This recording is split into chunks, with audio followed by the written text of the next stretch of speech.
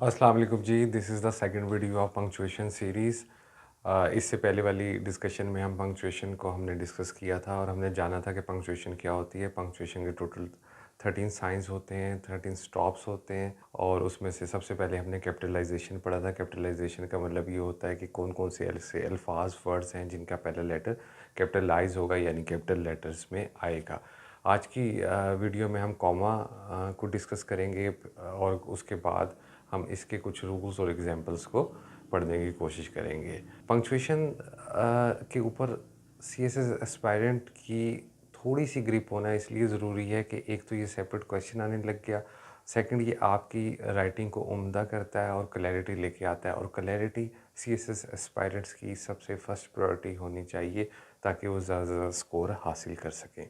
Comma इतना ज़्यादा commonly use होता है और हम कभी कोशिश नहीं करते कि हम जानें कि इसका इस्तेमाल क्यों इतना ज़्यादा ज़रूरी है। बाज़ दफ़ा इसकी प्लेसमेंट कुछ से कुछ मानी कर देती है।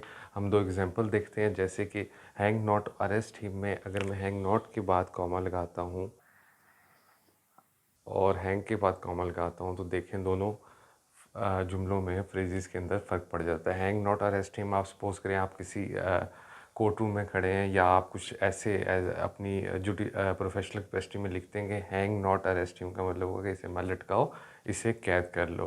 हैंग नॉट अरेस्ट हिम का मतलब होगा इसे लटका दो, इसे कैद मत करो। दूसरी एग्जांपल हम देखते हैं जी, an ornamental table comma the property of a lady with 3 finely carved legs for sale. अगर मैं लेडी के बाद कॉमा लगा दूंगा तो सेंटेंस में क्लैरिटी आ जाएगी। ये बड़ी छोटी छोटी एक्सरसाइजेज होंगी, बजाय इसके कि आप इसको बिल्कुल छोड़ दें। ये 5 या 7 मिनट की बनेगी और इसमें से थोड़ा सा अगर कोई कॉम्प्लिकेटेड है तो ये कॉमा का इस्तेमाल है, अदरवाइज़ ये बड़ी आसान सी हैं और हम ये टोटल 20-25 मिनट के अंदर कर लेंगे। आप इसे 2-4 दफ़ा दोहरा लीजिएगा तो आपके लिए इसे इसका समझना और समझाना बड़ा आसान हो जाएगा। अब हम इसकी एग्जांपल्स करते हैं। देखिए, मैं रिपीट करूँगा कि जिस तरह हम गुफ्तगू में हम पॉजेस करते हैं, इसी तरह इन राइटिंग हमें बाज़ दफ़ा एम्फसिस के लिए, बाज़ दफ़ा क्लैरिटी के लिए हमें पॉज़ करना होता है ताकि हम मज़ीद इसके अंदर क्लैरिटी ला सकें। पहली मिसाल देखते हैं, पहला रूल देखते हैं। पहला रूल है जी, between noun and pronoun in apposition. Apposition का मतलब होता है जिस वक्त आप कंस्ट्रक्शन के अंदर नाउन या प्रोनाउन को एक दूसरे के सामने रखते हैं। पहली मिसाल है जी, Alexander the son of Philip attacked India in 327 BC। Alexander भी नाउन है और the son of Philip pronoun. इसके बाद कॉमा लगा देंगे। सेकंड इस एग्जांपल देखते हैं, my friend Burhan, Burhan miss था, केम टू माय होम। तो माय फ्रेंड के बाद कॉमा और बुरहान के बाद कॉमा। सेकंड रूल जी इसका, between words of the same parts of speech. Part of speech होता है जी नाउन, प्रोनाउन, वर्ब, एडजेक्टिव। वो इंशाल्लाह हम ग्रामर में मुकम्मल डिटेल के साथ पढ़ेंगे। एग्जाम्पल देखें जी, Greece, Italy and Spain formed an alliance. जब एक ही पार्ट ऑफ स्पीच के मुख्तलिफ वर्ड्स इकट्ठे आते हैं और आखिरी वर्ड एंड से कनेक्टेड होता है तो पहले एक जैसे नाउन के दरमियान हम कॉमा लगा देते हैं। ग्रीस, इटली एंड स्पेन इस जुमले के अंदर नाउन है। सेकंड एग्जांपल हम देखते हैं जी, we should live soberly, prudently and industriously. Prudently का मतलब होता है अक्लमंदाना तरीके से। इंडस्ट्रियसली का मतलब है मेहनत से, मेहनती होना। ये तीनों एडवर्ब हैं तो इनके यहाँ पे कॉमा आ जाएगा। We should live soberly, prudently and industriously. Third example हम देखते हैं जी, a sound education makes you healthy. Soberly, prudently and industriously adverb के तौर पे काम कर रहे हैं। A sound education makes you healthy, wise and smart adjective के तौर पे काम कर रहे हैं। Smart boy. इसी तरह सर तीसरा रूल है जी, आफ्टर दी वोकेटिव्स। वोकेटिव्स को कहते हैं जी the words use for addressing someone.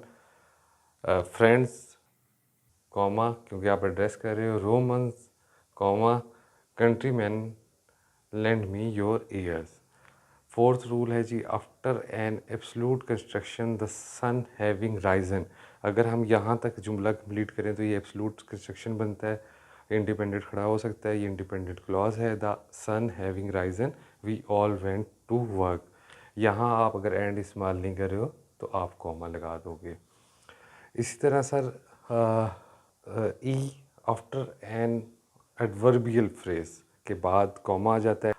In fact at last को एडवर्बियल फ्रेज के तौर पे जाना जाता है, हाउएवर भी एडवर्बियल फ्रेज है तो इसके बाद कॉमा आ जाएगा। बहुत आसान सा है, थोड़ा सा बज़ाहिर ये पेचीदा लगता है, अगर आप एक दो बार प्रैक्टिस कर लेंगे तो आपके लिए ये मज़ीद आसान हो जाएगा। ये मज़ीद कुछ फर्दर रूल्स जी। ये पहला रूल इसमें ये है कि when words of the same class are rank, उसके बाद कॉमा आ जाएगा। For example by night or day, at home or abroad, asleep or awake, she is always busy in thinking. दूसरा सेकंड रूल है जी, before and after a participle phrase, Babur having defeated Ibrahim Lodhi, comma led his army into Delhi. Convinced of his honesty, I let him go. अब अगर ये phrase sentence के दरमियान में आ रहा है तो इसके दोनों साइड्स पे कॉमा आ जाएगा।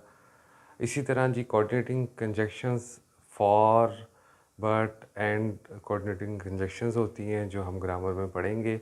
ही is not a bad man, comma, but a fool, we had therefore to leave the place. However का तो सीधा सादा सा असूल है कि जब भी ये कहीं आएगा तो आप इसको देखते साथ आगे पीछे कॉमा इसके सेट ऑफ कर सकते हैं विद कॉमास। फोर्थ रूल है जी, a comma is sometimes inserted to mark some omission or to save a repetition.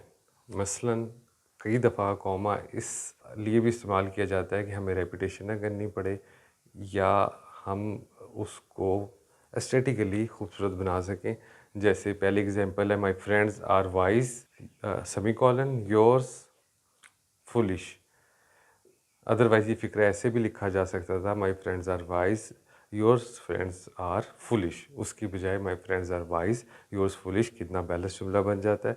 Second इसकी मिसाल है जी, he can succeed, you never, he can succeed, you can never, he can succeed, you never. अब जिस वक्त हम कह रहे हैं कि ही कैन सक्सीड, यू नेवर, यहाँ पे हम कोमा इंसर्ट कर देंगे। देखें एम्फसिस भी हो गया और जुमला की खूबसूरती और बैलेंस भी कायम रहा है। थर्ड एग्जांपल देखते हैं जी, his father was Christian, semicolon, hers a Muslim. अगर हम ऐसे भी लिख सकते हैं, his father was Christian, her father was a Muslim, तो वो बड़ा अजीब सा तासुर देगा। उसकी बजाय हम जब कॉमा लगाते हैं तो एम्फसिस भी हो रहा है, क्लैरिटी भी आ रही है और मुस्लिम का भी बता भी रहा है। अगर हम पुराना लिटरेचर देखें जनाब, तो पुराने लिटरेचर के अंदर बहुत ज़्यादा कॉमा इस्तेमाल होता था और बाकी पंक्चुएशन भी इस्तेमाल होती थी। पंक्चुएशन के सर्टन रूल्स हैं जिसमें से हमने इंपॉर्टेंट रूल्स पढ़ लिए। मज़ीद अगर इसके अंदर कोई क्लैरिटी आपको चाहिए हुई तो आप बताइएगा, अगर मुझे लगा तो मैं भी इसके ऊपर एक मज़ीद वीडियो बना दूंगा। इसके अलावा हर राइटर अपने मुताबिक सेंटेंस को पंक्चुएट करता है। ऐसा भी मुमकिन है कि एक ही जुमला दो राइटर डिफरेंटली पंक्चुएट करें। आप इसका इस्तेमाल बड़े एहतियात से कीजिएगा। अगर आपके नेचुरल फ़्लो के अंदर ये पंक्चुएशन इस्तेमाल हो रही है, कॉमा, सेमीकोलन इस्तेमाल हो रहे हैं, तो इन्हें इस्तेमाल करने की कोशिश कीजिएगा। अदरवाइज़ आप अपने सेंटेंस को रिकन्स्ट्रक्ट करके बेहतर से बेहतर अंदाज में लिखें, बजाय इसके कि आप इसको ज़बरदस्ती इंसर्ट या उसेड़ने की कोशिश करें। अपना ढेर सारा ख्याल रखिएगा। पंक्चुएशन की अगली सीरीज़ के साथ बहुत जल्दी मुलाकात होगी। अगर आपको पसंद आए तो चैनल को सब्सक्राइब कर लीजिएगा, कमेंट कर लीजिएगा, और अगर आपने किसी किस्म की कोई भी अभाम है, कोई भी क्यूरी है, कोई भी क्वेश्चन है, तो आप कमेंट सेक्शन में भी पूछ सकते हैं और व्हाट्सएप भी कर सकते हैं। अपना ढेर सारा ख्याल रखिएगा। अल्लाह हाफ़िज़।